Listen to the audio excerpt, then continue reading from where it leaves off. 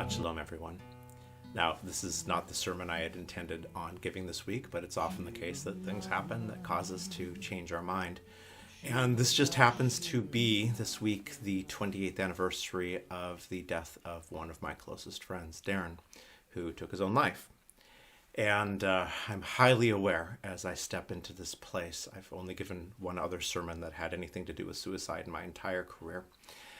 And part of that reason is because there's about 3,000 wrong ways to do this sermon, and there's probably 2 ways to do it right. And quite frankly, I don't have enough hubris to believe that I can do the right way, that I can say the right words, that my words can ever be adequate to what I want to say and what's in my heart. So I'm not going to try to answer any questions. I'm not going to try to give advice that I don't think I actually have the ability to give. Rather, I think that there is in Jewish tradition, in our Torah portion for this week, as well as other Jewish wisdom, I think that there are some thoughts, and I think that there are some meditations that we can add to our tool chest. And if in discussing this, we have something that has made us a little larger, more complex in how we can deal with ourselves when we're at our worst, and how we can understand our place in the world as we deal with others who are at their worst, then it's the best I can do. I'm also going to not edit this. I'm going to do this in one take because I think that trying to make myself feel comfortable when I'm going to stumble, I think this is the sermon that all the stumbles and the restarts need to just stay in. So I'm going to move forward with it. Now, the reason that the sermon switched over is the part of Parashat that we read this week, if we are in the triennial cycle, is, well, it starts with the descending of the angel of death. And this is one of those parts of Torah that in just about every time I've done this in a Torah study, people get really angry and say things like, why would God do such a thing? And it's awful. The firstborn of every household in Egypt, including the firstborn of cattle and the herds, die. And the Hebrew people are spared after they are told in the previous triennial cycle to slaughter a lamb, which is also very hard for people in the 21st century to listen to, and to put the blood of the lamb on the mezuzot, on the doorposts of their house, and then that will cause the angel of death to somehow be swayed to go to a different location. And the first unfortunate thing that we have to admit, or at least that I want to point out, is that our understanding of the angel of death is so programmed by media that it's hard to escape that. If you're my generation or older, then you are so deeply influenced without even knowing, probably, from the Cecil B. DeMille, the Charlton Heston version of the Ten Commandments, where at this point you see very literal putting big paintbrushes of blood on the doorposts of the house, and then kind of a misty sort of pre-Raiders of the Lost Ark angel that goes and peeks in a house and then flies away, and it's terrifying. And we get stuck with that image. And if you're younger generation, then maybe the image you have is the cartoon deaths, which are still pretty brutal, that occur in A Prince of Egypt. Either way, is that really what the Torah is even trying to get at in the first place? And I think it's not. But the words that we say, why would God do something like this? The first place that we have to start is by getting rid of that image. In Judaism, for at least 1,000 years, we've had this idea that God has no human attributes whatsoever. It's Maimonides' principle of his 13 principles that I believe with absolute conviction, that the holy, blessed Creator has no body nor anything that can be compared to a human body. Well, that needs to be taken more seriously. I think that most of us within Judaism can accept that image to some extent. But as soon as we say something like, why did God do that? Well, to do is a verb from a human standpoint. So that God has no body nor anything that can be compared to a body also includes understanding that humans do. And if we're asking the question, why did God do that? What we're trying to do is, why would an extension of humanity do that? Why would a big daddy or Santa Claus up in the sky do that? The Torah tries really hard. I say for 1,000 years we've had this idea of not having an anthropomorphic God, but this idea goes back to the Torah itself, where the writers and editors of the Torah, when Moses says, hey God, what's your name? The answer is, all of existence that ever was, never would be? The answer is Yeh Asher Yeh, which is usually put in translation as I am that I am, or I am what I am. But it's much more complicated than that, because then that becomes a name like John or Bob or Mary is a name. And kind of what Moses did is went back and said, hey, everyone, I'd like to introduce you to our God. God's name is Bob. Well, Yeh Asher Yeh. And that entire anecdote within the Torah is an attempt to say, stop thinking of me as anything in terms of humanity or human. The entire Torah is trying to get at something else. It's our interaction with reality in the best words that we can, and try to think of what it feels like to lose someone, or try to think of the time, at least try to put into words a time that we felt like we didn't have an answer for tomorrow. And if you take collectively everyone who answers that question across the world, you're going to get some overlapping thoughts. If you put all those words together, you might be able to start approximating what that feels like to be bereaved, or to be so in the depth of painful inability to believe that tomorrow could possibly be any better than today or yesterday. It's still inadequate to what we actually feel in any of those moments. That's Torah, trying to deal with the hardest stuff there is out there to deal with. And so we use metaphors and symbols the best we can, and the angel of death is one of them. And the reason that I changed the sermon is because I was wanting to talk about something else than the idea of the angel of death. The angel of death, well, the angel malach means in Hebrew a messenger of death, not a winged thing, not some mist floating through a city, but the news of something happening. And sometimes a malach in the Torah is a human, sometimes there's something divine about it, and sometimes it is a message, an embassy that occurs, a new knowledge that we have. And if we take it from that standpoint, we start seeing some pretty remarkable things. And the story really has three parts to it. Part number one is the discussion between the Eternal and Moses of what's going to happen, and the command to take sheep and slaughter them and put the blood on your house. That's the first scene, and the promise that I will send my angel of death, and then this will pass you by. The second scene is the actual descending of the angel of death, and in all of its horror, if we think of the movies that we've seen. And then the third scene, one of the most poignant, is a simple verse that is all in chapter 12, towards the end of chapter 12 of Bo. Simple verse where it says that on that night, Pharaoh woke up, and along with all of his servants and household, along with all of Egypt, which seems like kind of a throwaway, obvious sort of thing. And the explanation is because there was not a single house, including Pharaoh's, that did not have death within it. Well, of course, everyone woke up. But again, we're trying to put into words something that we can't really understand. We're trying to understand death. We're trying to understand what it means to want to step into death personally, or to deal with the reality of when someone has done that. And I want to take it from a dangerous standpoint, because part of when we talk about suicide, especially, that is incredibly difficult, is the survivor's guilt. And now 28 years later, I've stopped for the most part with the would've, should've, could've, with the what would have happened if I would have called a day beforehand. What would have happened if I would have spent more time with Darin in the week before? Because I was there in Helena, and he was there in Helena from Germany, and we hadn't seen each other in a long time. And how can you not have those thoughts? And so as I talk about our responsibility, it's not meant to sound like you can prevent that, but there's still something of communal responsibility. So let's look at it like this.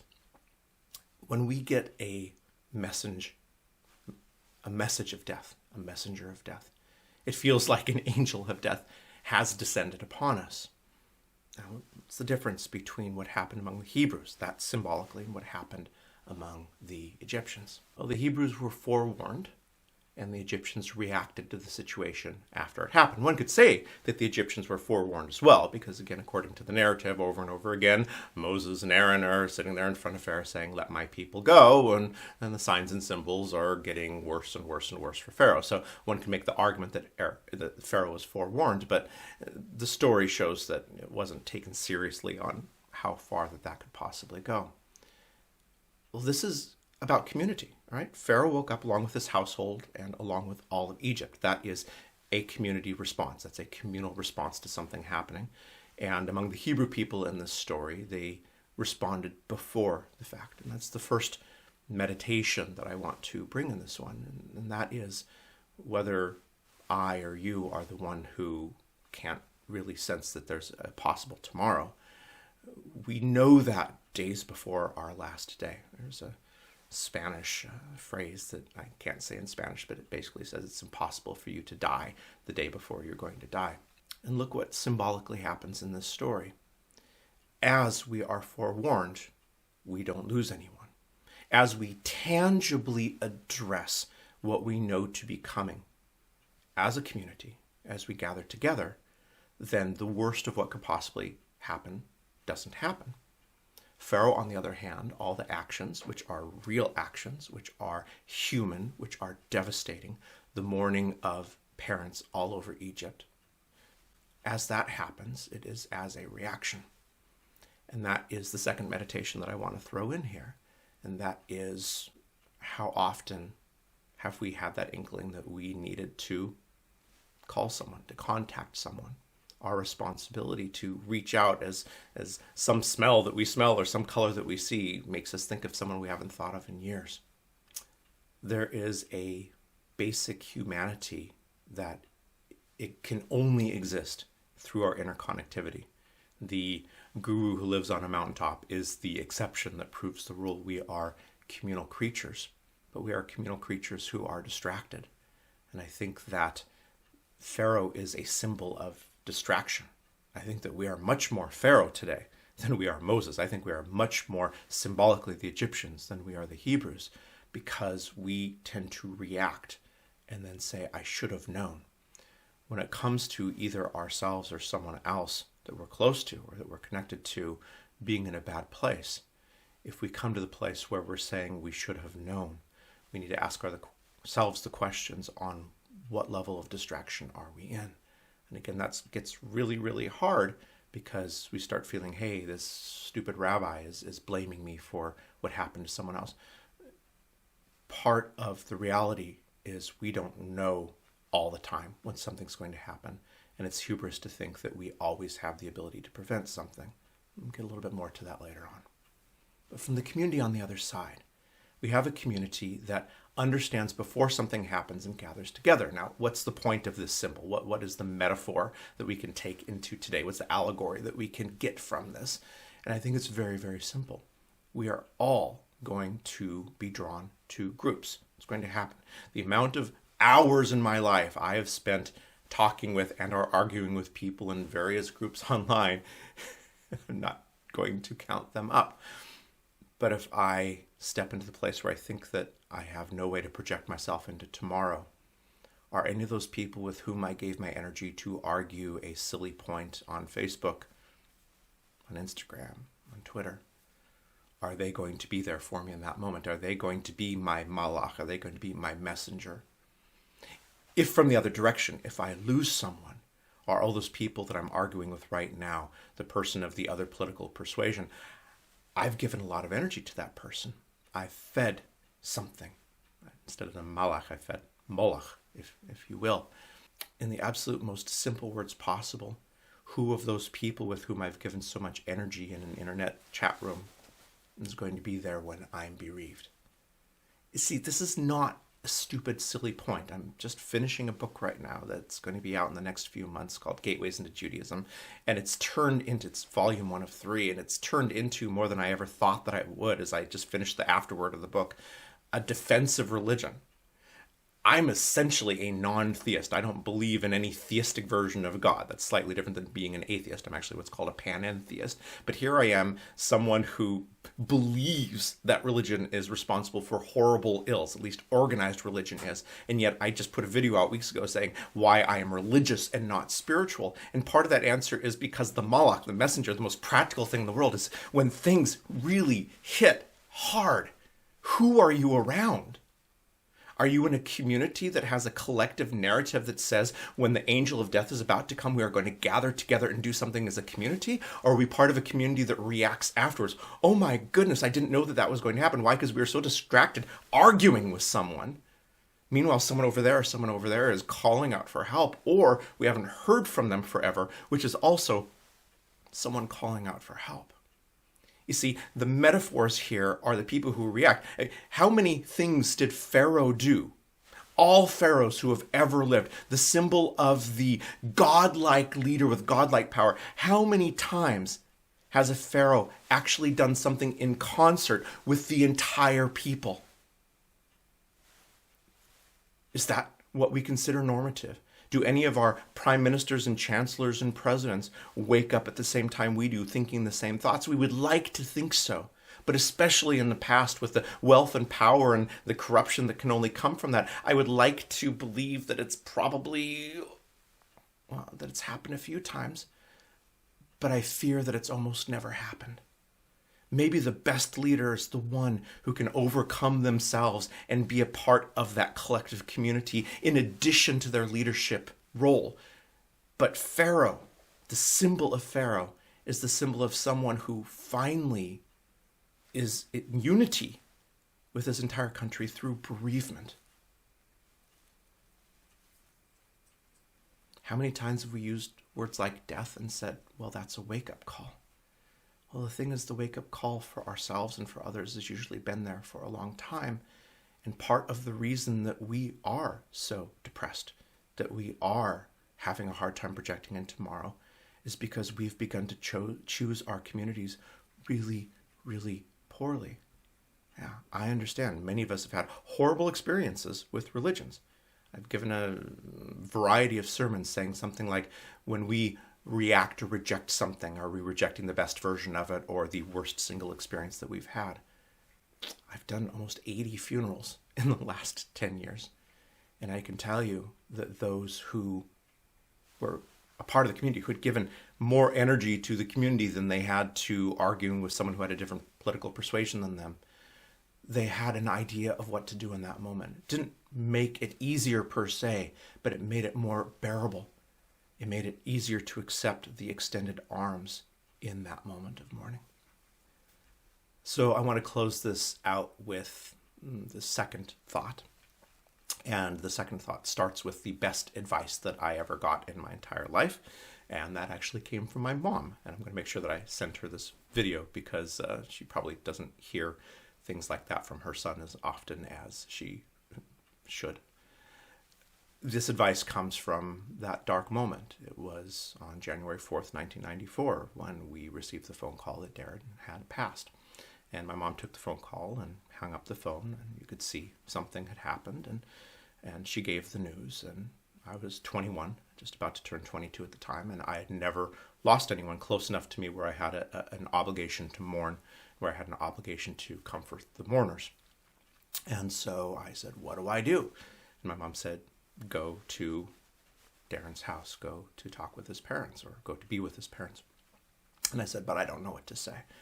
And so the first part of the advice was go, but then she said the critical thing, and that was, don't say anything. You don't have to say anything. You don't have to know what to say. You just have to be there. Jewish wisdom reflects this. We have two statements of mourning that we have in all of Judaism, in the Ashkenazi tradition, Sephardic tradition. The Ashkenazi tradition is so long that unless you've grown up with Hebrew from mother's milk, you're probably not going to get it right, and then that's maybe why we don't use it. But it essentially says, may you be comforted along with all those who mourn in Zion and Jerusalem. The Sephardic version is a little easier, Menashmaim Tanchemu, may you be comforted from heaven. Now, these might seem like platitudes as well. They're a little bit less platitudes as we think, but what they really are is to stop us from saying something stupid. Now, even though this is part of Judaism, the amount of times at funerals I've heard people saying, such as they're in a better place now, or God took one of their favorites, I could go on the list, but I really, really do want to scream at the top of my lungs at people. You're not helping. The reason we do that is we hate silence. It's the entire basis behind Freudian psychoanalysis. You sit there in silence and eventually people are going to start saying stuff. Well, that's not what bereavement is for. See, the thing is, there's nothing that you can say that's going to make it better. But being there will provide comfort. Each of the times that I in my life have reached a point where it was hard for me to project myself into tomorrow, something happened that involved community. In one case, there was a friend I hadn't heard from years who literally randomly called out of the blue, who'd had that moment and said, yeah, I was just thinking of you. Left that note on the answering machine and probably a life-changing moment. And the other one was being with someone who loved me so much that they were going to make damn sure that I pushed through no matter what. Either way, this is part of community. Part of the reason that we are falling apart, part of the reason that suicide among teenage girls right now is at an epidemic level, is because we've chosen poor communities. And I know that people don't want to hear this. I've seen many of my friends recently saying, I'm more worried about guns than social media. And I get that each time we have a mass shooting in the United States. But you need to look at the figures for young girls who are killing themselves, especially. It's gone up among men as well, but it's worse among young girls. And part of the reason is the community that we're connecting to are random people. When you post your TikTok video, they're saying, you look fat, or you look too skinny, or you can't sing, or you're ugly. And that is the community that we have surrounded ourselves with. What does that community do when we get the embassy of death, when the Malach, Mavet, comes down? That's what we've begun to do. And we as adults do the exact same thing. We are surrounding ourselves. We are giving the majority of our time to people who cannot be a community in the time that it matters. The wisdom that we get from the story of the angel of death is that the community that exists beforehand is the one that has any chance of being in dialogue with it. I'm not saying that it will. I'm not saying that that's the only thing that matters, because there are people that we lose from within communities all the time. I'm saying that the chance is so much better if the communities that we choose are ones that will reach out to us, that care enough about us to, when they hear that inkling of saying, hey, you haven't talked with so-and-so in a while, you should really think about them, or you have that dream. Wow, I don't know why I dreamt of that person. Maybe I should just send them a note. Those communities, they start with communities of families, but they move out to communities of faith. And sometimes we're fortunate enough that maybe we might be in the best Star Trek club in the world, and maybe those people will be for us in that way. But I tend to think that as we discard traditional religions, part of what we're discarding is the best ready-made communities to surround us in those moments. And maybe it's not the one of our birth. Maybe we need to join a drumming circle. And I'm not even being facetious, but I'm asking us the question in this moment of, are we gathered together in a community that is going to not need us to reach out, that's going to do something beforehand to counter the messenger of death that's coming? So yeah, a little bit heavier than maybe anyone was expecting, or maybe even what I was expecting. But this is the time of year that, as a congregational rabbi, I've spent most of my time in graveyards doing funerals. It happens around New Year's. It happens around the Christian holidays. It happens as the winter darkness closes around us. It's the message I always try to get out during Hanukkah last month, and that is at the darkest time, it's our obligation to provide the most light. But it's now a month after Hanukkah, and the second message that I give to people in bereavement now comes true as well, and that's that it's easy to find yourself surrounded by people in the week after we've lost someone. It's a month after that it gets really hard. Our obligation to each other never ends. That's part of what it means to be a part of a community. We're distracting ourselves with things that don't matter as much as this does. When we lose something, we're going to want to be surrounded by people who care about that, which means that we need to figure out a way to be slightly less distracted by the things that ultimately don't matter. If you scream at someone on the internet that they've got the wrong political persuasion, you're not going to convince them.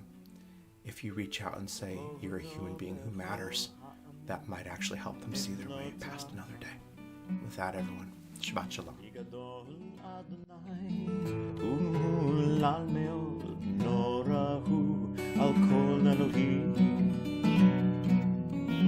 Ki kol Elohei ha'amim